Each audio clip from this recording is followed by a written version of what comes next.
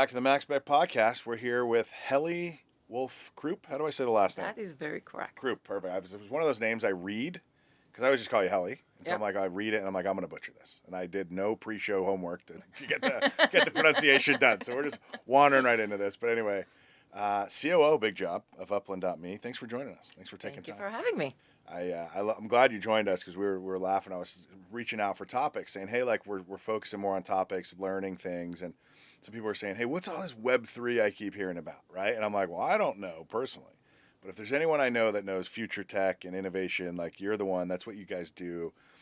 So I mentioned Upland. Like this is a company that you guys have built on quote unquote Web3, which we'll define here in a minute. Like, how's the easiest way to start? Like, is it easier to try to define Web3 or maybe just give us an overview of Upland and kind of build it from there? Like, what's the... You know what? Maybe let's take like... Let's pretend we know nothing. Okay. Yeah. Let's maybe start like two steps behind. Okay. You mentioned Web3, so clearly it indicates there is a 1 and a 2. Yeah, right. The way like the industry is calling it is Web 1 was more like a more the read-only. So you go and scroll like in the 1990s. You scroll, you see what you like, browsing. It's more about consuming information, but Got it. you're an audience. You don't have much of an input to what's going on. And then social media came, and that's why it's called Web 2. So you do have some impact on what you're getting because you get to interact. So you follow, you drop a comment. So all the famous algorithms that we keep hearing about are customized to show you more of what you like. So you have some input on what you see, but it's, now you're interacting a little bit. Web3 is a different layer of it. This is really immersive. It's all about community. So in my mind, the way I always think about it, like if like Web 1 was like I'm sitting still, not doing anything, and the TV is showing me what I'm seeing, all of a sudden I'm like into like the thumb exercise. Yep. And Web3 is all like about, I know metaverse is a bad word now, but it's like a mall. Okay. It's more like going into, some interactive mall that there's a lot of options and you get to do what you want, choose the crowd you want to hang with or interact with whatever you want, and you're very active in your interactions. If I'm hearing that, so Web 1 was really straightforward, meaning like if I'm the end user, I was a kid in the 90s, you go, hey, I'm just playing my game. I'm not doing anything to them. They have no idea what I'm thinking. They're just giving me their game and I'm playing. Precisely, read only. Or reading an article or whatever the thing, listening to a song. And then once I could talk back, comments, likes, whatever these other, maybe now it's videos and things that we do, that's Web 2. Correct.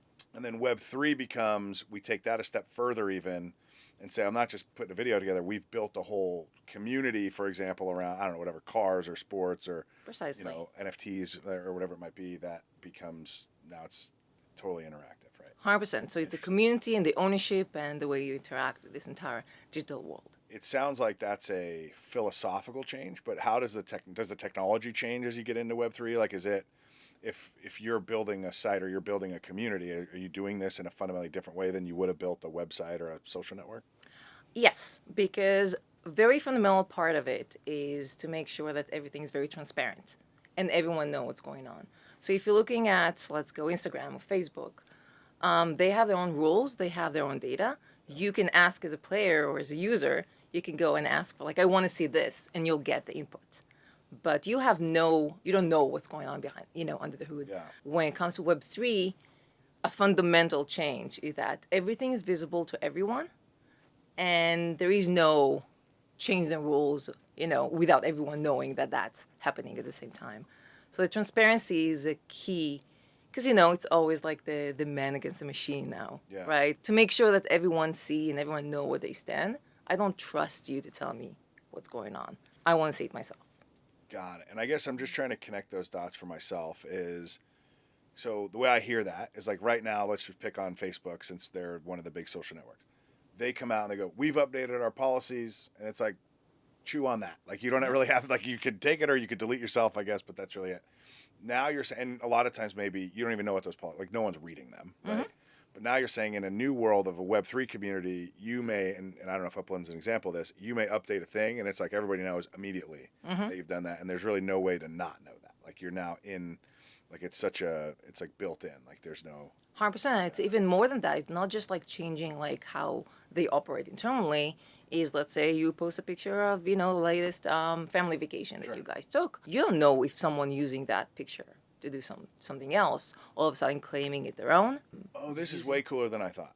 Okay. I think well, maybe so here's what I'm saying. Okay, so if and I point at you, sorry, because like you told me about like people are using pictures of kids in a bad way. But you're saying so like family vacation, great idea. So I put my kids and my family on the website just to show you guys. Like my friends, I just went check out us at the beach. In that form, it's okay. That's what I intended it for. But if somebody took that photo and then said, "Well, you're going to use that family to sell blankets on the internet. Well, look at the family; they have a blanket. We're going to sell." That you guys would know that, and you'd be like, "You can't do that." You could flag that, or you could. So us as in the Web3, Yeah, you'll sorry. be able to see that that asset wasn't made in that intent, or the owner, the original owner, will be able it requires some infrastructure for that, but you can claim and you can understand ownership of digital assets. So this feels like the future of digital, like art. 100%, and that's the essence of it all. That's what fuel the entire system. If you can prove ownership over digital assets, that gives you, in a way that's like it's visible for everyone, which makes it secure and makes it more legitimate in a way, because I know everything is going on. You can't claim that her picture is yours anymore. Right. I mean, you can claim, but Yeah. we all know it's not the case. But then I guess what happens to the person trying to steal it, right? So like, does it become that they can't upload that photo? Like, does their version of does the forged photo or whatever, the fraudulent one, get taken down? Like, how does that asset, like, is there a penalty? Because they can say, well, we know it's not yours, but we can't stop you. Right. So at that point, it really depends on the platform that you're talking about. Got it. But legally wise, or even community wise, which sometimes is even more powerful than the legal action that you can take, I can prove this is not yours. Got it. And it's not just me being able to prove. So I think that the easiest way, or the way I was trying to explain to my daughter, she's 12, how the technology. Yeah. Oh, trust me, I need to step up my game. But is if Facebook is the platform that we know, there's a notebook with all the rules and all the pictures, and they own a copy. And if I want to see something, I can ask them for the information. They can provide what was added there, or they can provide something that was manipulated there. Web3 is every user has a copy of that notebook. So if you take one rule or one picture that is labeled over there, both of us can look at our notebooks and say, not yours, honey. So how does it get rolled out? Like, I'm assuming Web3 is going to be integrated into like Facebook or Instagram. Is it just like part of a software update? Like, how does it become what it is? Great question, because I think this is something that is not entirely clear yet. There's a lot of game, a lot of platforms, a lot of abused platforms also. They're using like the big new technologies, like is that as if that is the essence of it all. And it's not. This is purely, like you say, software update, a massive update, but an ability to make sure that we all work in a more secure and in a way that's like visible for everyone. So it's not, I personally don't believe that the world is going to change everything. All the games are going to be only Web3 games, or all the social media is going to be Web3 media. It's just technology that has been invented, and we'll use it for multiple things. Let's say Starbucks, okay? You have your card, your loyalty card, or whatever it's called. Who said that only you can use that on your card? Maybe I'm stuck somewhere and you want to send me a cup of coffee, and you can send me, the few of the coins that you have or the points that you have there. That can all be very easily utilized. And you won't even know that you're using Web3. And I think that's like the beauty of it. It's just a way to implement something in a way that is visible, secured. It's not there yet, but I believe it will get there, that it's unified. The bridging aspect and everyone talking the same language, I think, is something that more to the gaming world is clearly something that is missing, because you have a lot of vendors and a lot of suppliers, and they're not all talking in the same protocol. So if you want to start negotiate, talking, or even like progressive, cross-supplier progressive, right now I I don't even know how to start doing something like that because each one has their own language and their own way of doing things. But if we all agree that there is a unifying protocol that is clear and visible for everyone and secured, the possibilities are amazing. Right, and that's what you're doing. We'll get to gaming in a second, but that's what you're essentially saying is being built in, I just call it mainstream technology, not gaming specific. Mm-hmm. And is that, I keep hearing this phrase blockchain, is that the thing that it's enabling that, like this idea of like this chain that binds everyone? Mm-hmm. That's the notebook everyone has? Precisely. Is that Precisely. So blockchain is the name of the technology, of the software that does it all. So if you take back to the notebook concept, each and every page will be a block. And because they're connected to each other, that creates a blockchain. Once a page is added to the notebook, it cannot be modified. Okay, so this is, I think, what I have to understand. So if we all have notebooks, right? Mm-hmm. And it says, let's just use colors of the rainbow, red, orange, yellow, green, blue, it's in order. This is the agreed upon sequence of the colors. And then I wanted to say, well, that blue, I'm going to make it a different kind of blue. So I'm going to modify, I'm going to try to modify in my notebook. Am I unable to make that change? So you're saying you can't change it, but once the blue is blue, it's blue. That's it. There's no modifier. Or is it that mine will look an off color of blue because I'm trying to do something underhanded, and then yours will stay correct, and then you'll go, well, that doesn't match, so yours is obviously wrong. Like, how does it reflect? Because what I'm wondering is, why can't I just change it and then it somehow auto updates all your notebooks to my thing? Like, that's what stops that, I guess. Okay. Yeah. So the way technology works is that you cannot modify it in a way that will reflect everywhere. If you want to modify something, and especially like in gaming or the utility that are using blockchain, what will happen is another block will be created that says, the original one, I want to modify it from the shade of the blue is changing to something with a little green inside. Right. And now we all have that, but we know that you added that. Got it. So it's almost like fun. I'm talking to an engineer, which but like you get all those change logs, and you say like, all right, so this was the original version, and then Heli went in and made the code better on this day, and so now the whole basically internet will know you did the blue change, and now we know you did it, and so you got to be held to task for it. Yeah, precisely. Okay. And the whole process of adding those blockchain. This is, if you want to go back or to the buzzwords. Yeah. This is adding all of those. This is what in a blockchain that is called, for example, Bitcoin that we all know, that is called the mining. So if you want to add the process of adding those, it requires like big computers and a lot of resources. So it requires some work to be added to that because, mind you, it's not just like a centralized location, banks, Facebook, and all of those, that you just need to update one ledger. Now you need to update all of our ledgers. Yeah. So that's why it requires a lot of computing power. That's why it's like it has its own process of how am I adding blocks. So what if, and you're saying that they're all permanent, right? Like they can't be removed. So what if someone creates a blockchain or a block with something from someone else? What happens? Are they just not able to create it? Like it's not their asset. Say they're like stealing that asset or using that photo. Is it not able to be created? Or is like, does someone get to go in and remove that? Does it stay there forever? Like, how do you do that? So right now it's not regulated, obviously. So I can upload whatever I want, but I'll be able, or you'll be able to see that that was not the first time that picture was used. Got it. So it's not blocking you from doing things. It allows you to see that something happened. Okay, got it. That makes sense. Yeah, so it feels very like this is a security, to start, it's a security-based type of innovation that'll ultimately be used for a lot of fun things, right? And so you start off and you say, all right, Web3, we want to build communities. Maybe as a way to keep those communities, I'll say authentic. I was going to say safe, but maybe authentic's the word. We're going to have this blockchain that kind of keeps everybody honest, and so I can't pretend my art is her art, or I know because I use art as an example because I saw these like these, what was it, the apes and stuff, or some were like millions of dollars, and it's like you want to make sure you got a real thing, right, a real asset.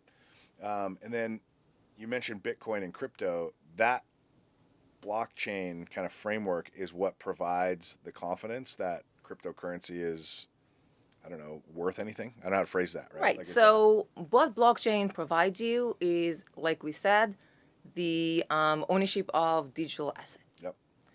Once you have the ability to say, this is mine, I'll own this, this is yours, you own that, now you can build all kind of trades, different type of tokens, whether it's like crypto or more of NFTs.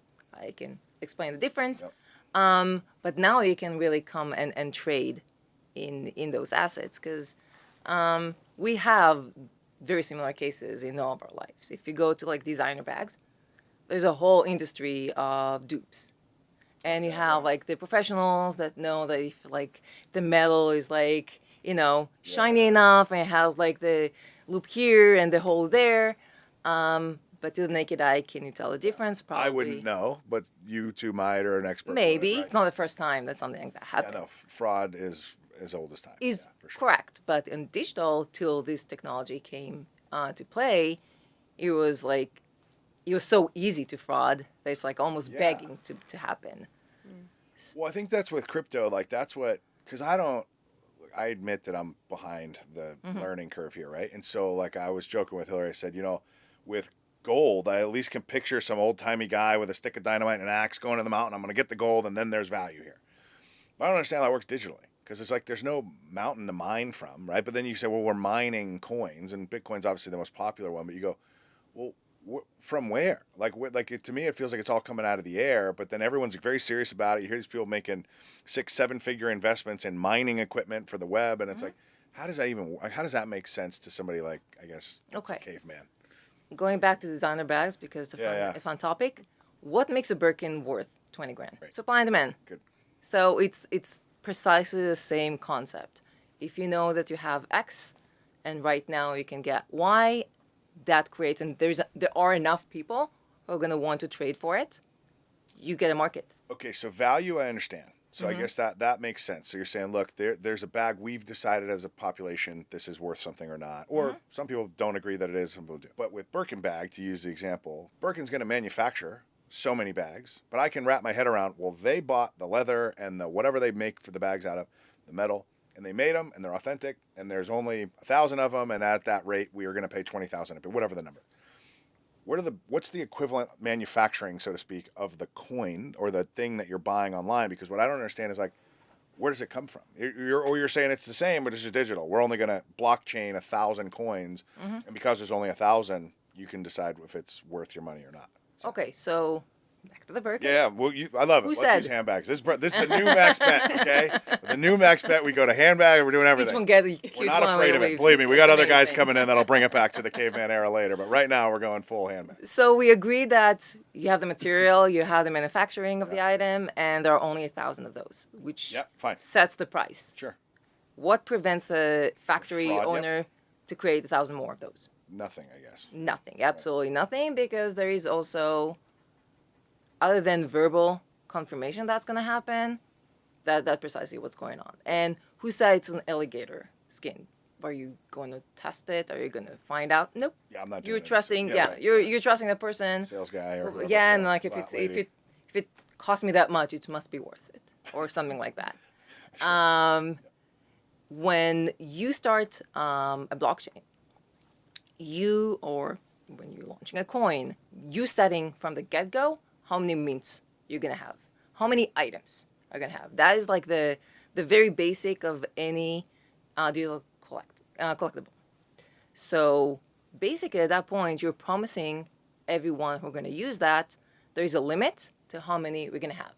Now, mind you, not all are using it the same way. For example, Bitcoin have a set limit. ETH don't. Did they declare that up front? Yes. So they said, as we invented Bitcoin, however, this is a long time ago. Yep. We're only going to make, I don't know how many, maybe like X amount. Yep. And then that's it. So that's they can't, because they've declared that, because they've designed this whole chain around that concept, they can't make more. And I'm guessing that's why you start seeing people selling fractions of coins. They're like, I can't sell, there's only so many whole ones.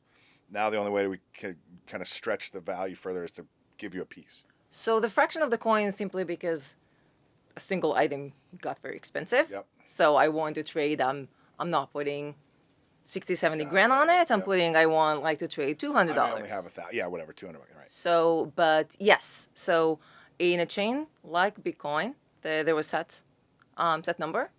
And that number specifically was put into the blockchain, the very first block. It's called the Genesis block.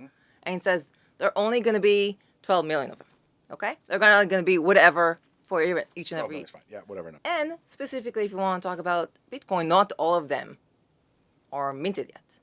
So there is a plan how long Well, it's going that's to what I was going to ask you. So then, I guess, okay. So if there's, let's say there's 12 million in the life of this coin or in the life of this crypto, they may start with 1 million Correct. and then say, do they have to declare by when 12 million will come, or go, 50 years from now there'll be 12? Like, can they manipulate the market that way, or is it just we set it and it's going to be every 2 years there's another like, is it they have to commit to a cadence, or is it just It's not necessarily a commitment to a cadence, but there's definitely a plan on how it's gonna yeah? it's Roll gonna be out. created. It's Okay. gonna get minted. Mind you, in order to mint it, you need a lot of minters doing it. Maybe what I'm still thinking in the wrong way is, in my mind, there's still I don't know why it's always an old guy, but like there's a guy pulling the strings going, well, my Bitcoin is worth so much now, I'm going to go push out another million so I can get them cheap and then drive the value back up. Like you're manipulating the market, could be the downfall, but I'm realizing that's probably not going to happen, but I just don't understand how that wouldn't happen.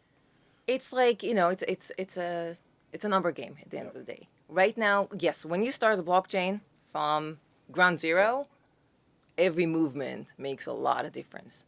Blockchain has been around for enough years and being held by enough people that the market is trending in a way that not a single million here, a million there are not going to make, obviously a million Bitcoins will, but some more players playing it or not is not going to determine like the whole value of the market. But look at it like, we're in Vegas. Yeah, for sure. And in Summerlin, there are like set amount of land, Yep, right? yep. The more houses you'll have, probably the maybe prices will get normalized a little bit or not till you're Yep. out of space. Sure. At that point, maybe you start building, high risers. Yep. Maybe not. Maybe people want to just get a hold of 5 lands and get like a really sweet spot. Yeah, right. But it's very similar to that concept. It's not fully built yet. Got it. You can see in the future that it will get to that, and market will adjust when that happens. Okay, so now that we've gotten like a crash course, which is very helpful, what does your company do? So Upland, we are a gaming platform, Web3 gaming platform. Gaming in the traditional sense, In the- not casino gaming. Correct. Just for this audience, I want to Oh, clarify. 'cause yeah, it's let's like, clarify that. Yeah. Okay, so you're fun Yes. gaming. Fun gaming. Imagine Roblox for adults. Roblox Okay. is an amazing platform. Players are maturing at early 20s, I would say. The type of games, the time you need to invest in it, the sophistication of the game. And we are here to provide for that generation the next thing to go to. So what we provide is the gamification as a baseline, but what we're allowing players is to use our infrastructure and to plug in their own games and create their own businesses, whether it's content creation, where there's like actual, gamification and shooters and whatever you want, or it's art that you can create your own items and sell them on our platform. So we're providing the baseline that you don't as a entrepreneur, Yep. as a designer, as a creator, you don't have to deal with all the noise of how do I even start minting items? How do I even start creating Web3 environment? Interesting. It's completely seamless to you, and you're plugging in your own environment, your own ideas, and you run with that. So basically, if I'm hearing you right, you're saying if I have an idea, I'm like, hey, I want to create this community of race car game. I think I can sell components in this and upgrades or whatever the things I'd be buying. I'd really like to do this in a Web3 environment because it's safe and it's trusted, and maybe I can get better value because everyone knows that the unique items are truly unique. But I'm not a Web3 builder. So they go, well, I can go to Upland, and Correct. you would partner with them or somehow provide them the tools that they can have. You provide that blockchain platform layer. I don't know if I'm saying all the 100% technical correct. things, but like you're giving them that side of it when they can bring their creative energy on top of it and then make some money on that. Precisely. Oh, So to any user who will download the app right now, they're not going to even be able to know necessarily it's a Web3. So it's not, we're really masking all like the hustle of creating your own wallet and trying to figure out what to do because, again, it's very trendy. Yep. It's very nerd oriented. As a nerd, I'm feeling a little comfortable saying that. And it's just like it's a hustle. It's a hustle to create all of those things yourself. So, but providing that visibility, that trustworthiness, and just open for everyone, And the base game that we have is very monopoly oriented. So you have your own, it's mirroring the real world. So you can buy your own land, build your own house, decorate it, and so on. And it also logically makes sense because if you want to build your own business, probably the first thing you do is, where do I store everything? Where do I have people to come and buy? If it's a shop, if it's a gallery, if it's an arcade for my games. So you said this is for the next generation after like the Roblox players, right? Correct. So like in the 21 and over. Correct. What's the difference? Like what have you done that's different from like the younger version? So I think that the complication of the games are a little bit different. I think that really to do well, and we have players who are doing very well on our game, you need to have some sort of trader aspect or investor aspect. So you can play it as a very light gaming if you wish, but really we have players who've been sending us all kind of messages that they had a down payment for the house from Upland. Yeah, people that are doing very well. But you need to invest like the time and the effort and understand, because the level of complexity and the level of anticipating where the market is going, because like we said before, it's like supply and demand. And if we're opening LA, because it's mirroring the real world, you want to know that this location is probably more of a prime real estate. So I'd rather go get a few spots there, hold on for a few months, and then new players are coming in that really want that specific street. So now I make profit out of it. You know, and I got the beachfront real estate when no one was Precisely. looking, and now they want the beachfront. So it's actually very similar to market dynamics 100%. in the real world. Yeah, 100%. all right, so the big question, everyone's still with us, is going, what the hell does that have to do with casinos? So does this ever apply, do you think? Is there a world where maybe it starts in iGaming to secure things there? Does this eventually apply to real money game or online wagering, or how do you see Listen, that? I honestly think that there is not going to be a single industry in which it's not going to be applied to. And of course, we know with the casino world, which is very heavily regulated, which, very carefully, following interesting technologies just to make sure that it's all safe and secured. But there is so much that can be done here. I think that even like the tracking, everything that happens in a casino floor, and know if everything is like very, very open, instead of like a few people in a secret room from behind are saying the information, or they need to call all the supplier, service people to pull out logs and combine them all together. If we can centralize it all, Interesting. or and have it all in a place that it's very easy to see, or and you don't need to interact necessarily, because if there's an agreement that all suppliers now have a protocol. I don't know if it's blasphemy, but they have protocol, each one needs to implement it that way. All of a sudden, all the information is decentralized. And I think also for the patrons and for players, it gives such a sense of understanding what's going on. There is a level of reassurance that I feel like maybe now it feels a bit foreign to the gaming world, because people are very comfortable, like they probably know what they're doing. Oh, yeah. But I think that as the world mature into the concept that, well, I believe you, but do I? Now it will leak into the gaming world, and people will need to figure out, okay, how do we give that sense of reassurance that, yes, the house always wins, but you win too. Yeah. And, we're looking at something like that. We're looking at, you have the cage where you get like the tokens. Does that need to work that way? Or can it be tokens that are crypto infused? Well, so there's a couple questions, but I think coming out of that, I do think what you said about this being more secure, even though we're highly regulated as an industry, that would almost be a good thing. It's like, hey, the more security you can provide. So one of the questions I had is, in the blockchain framework, do you have to use crypto as the currency? Because I feel like a lot of places that are, even your app with Upland, I was looking, there's a crypto component. Like you're buying things in crypto. I couldn't use a Visa and get dollars. It would be buy the crypto that you need and then use that. So in the casino space, are we waiting on this until crypto is more in vogue, or is there a way to do all this blockchain technology with USD or whatever traditional currency? First of all, like if I go back to Upland, you can 100% do all those transactions with USD. Oh, okay, perfect. Because we are, as we said, we're trying it's not only for crypto owners. Yeah. And when we're saying crypto, I feel like the better word here would be tokens. Okay. Yep. Because crypto, as opposed to non-fungible token, is fungible because one Bitcoin looks exactly like the other Bitcoin. If you have one I1, we switch what we have, we both have the same value. Got it.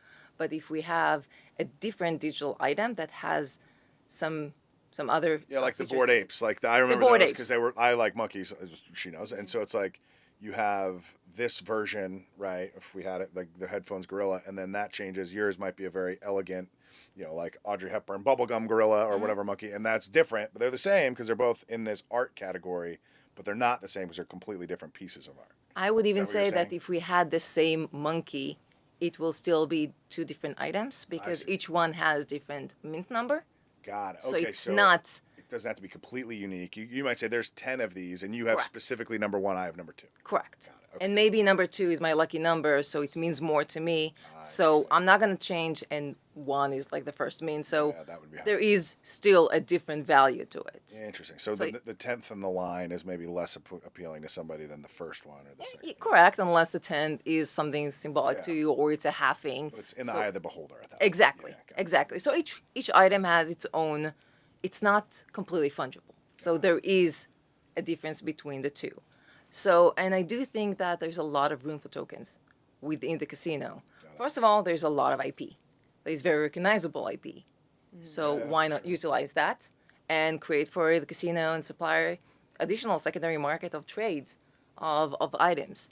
If you have different, This wouldn't even necessarily be, sorry to cut you off, but this wouldn't even necessarily be gambling. This is things around that. Like, again, using an artwork, you could say, well, the MGM, they did a lot with like Play Vegas on social and say, well, we have the Bellagio and we're going to make, can you do like video NFTs or is it all just, 100%. okay, so let's pretend you're going to run the fountains. We're going to record this. We're going to mint that somehow into like, there's only 1,000 of these specific song Bellagio fountain videos around. And I would We're gonna sell- love to yeah. own a video NFT of the Mirage falling down. A video of that. 5 of those. got it. So you're saying this is the Mirage implosion. We'll go the other way. Yeah. Thing, or I'll be Happy Days, the last volcano show, something like I try to go happy, right? Okay. Dark cloud, but like no, it's okay. And so, but these are unique. There's X amount of copies. They mint them, and then that would be. So it's not that I'm going to take this token and use it to like play the slot machine, but I'm going to have it around the experience so that maybe by playing slots I can earn tokens or I can do different. You got it. And then those tokens get value in the market type of thing. Precisely. Yeah, interesting. And then on top of that, the whole loyalty programs. That maybe, right now you're getting maybe a drink or a night at the casino. What if you get tokens that you can use them afterwards for those incentives? What a great idea in that sense, right? Because here's what I think I'm hearing. The current loyalty program costs the casino money because they're saying, we are going to give you a steak dinner or a night in the greatest room that we have or whatever their physical thing. So they're going to say, look, the steak cost me X amount of money. I'm giving it to you. The tokens don't necessarily cost them anything. I mean, there's effort probably to do it, to shoot a video or take the right picture or give the right experience. But they're saying, well, we're going to give it to you because we know that we have such a loyal player base at stations, MGM, pick your poison, that when we say there's only 10 of these and you have one of them, people are going to call you and go, I'll give you X amount. I'm going to give you 10,000 for that thing. And you're going to go get your points from them. I don't have to do anything. So I basically just outsourced the value of my loyalty, which is still high, but to somebody else. Like, so they don't have to pay. I don't have to pay for the steak anymore. I'm going to give you a thing that I paid for very little, and Scott's going to give you the money because he's very interested in that last video too. And I'll take that and raise. Right now, I know that the steak dinner cost me $200. Yep. But it's so the chef is gonna like handpick the steak and whatever. Right. So there isn't really a number. I don't know. I know how much it cost me. Sure. But market value, I'm not sure like how to label it.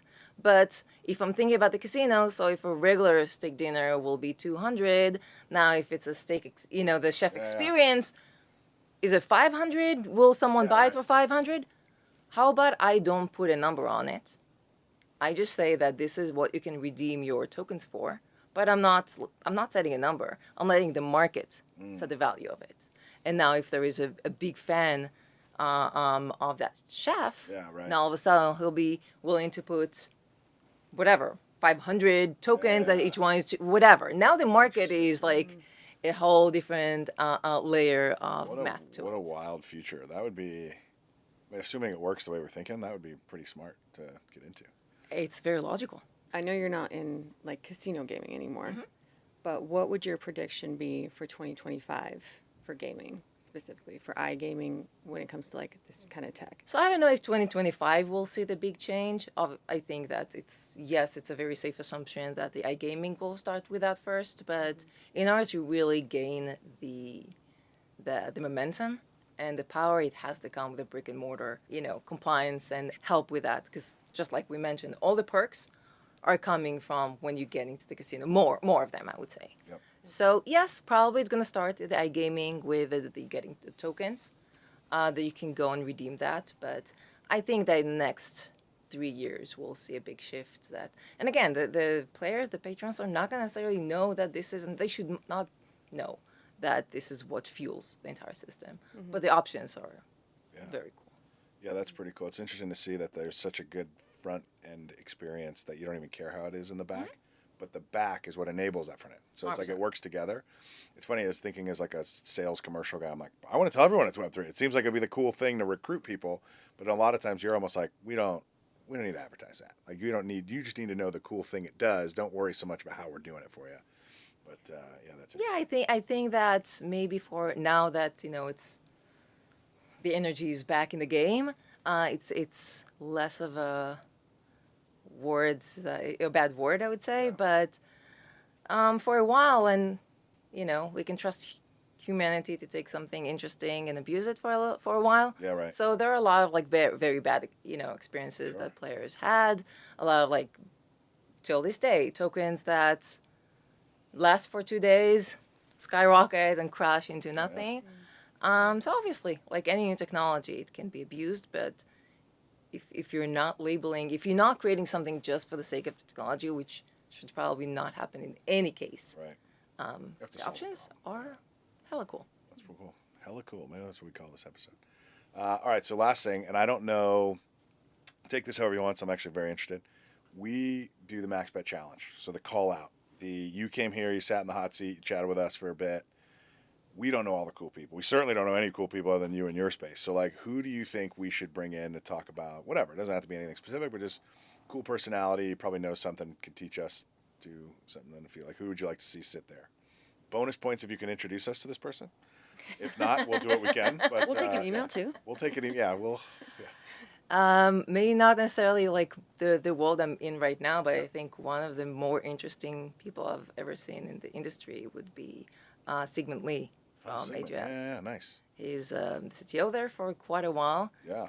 Every single conversation I've ever had the pleasure of having with this gentleman is just, he knows everything about everything. It's just amazing. Really. Well, I'm glad interesting. you challenged him. He's not a famous interview guy, not a big yes. media presence, right? He's like the smartest guy you never heard of. I mean, you heard of him, but he's not like out there in the front. So it'll be good. That'll be a good challenge for us to. Well, talk to let's see if Julia. we can make it that'll be happen. good. Yeah, we'll see. See next time he's out here. This has been awesome. I know I learned a lot. Hopefully, everyone listening is like, all right, I kind of get it now, right? So, thanks for dumbing it down for us. Thank you for having me. Yeah, Cheers. thanks for coming. And that's a wrap. Good stuff. That was great. Awesome. Good job. Here. Well done, guys. Now I feel like I know things.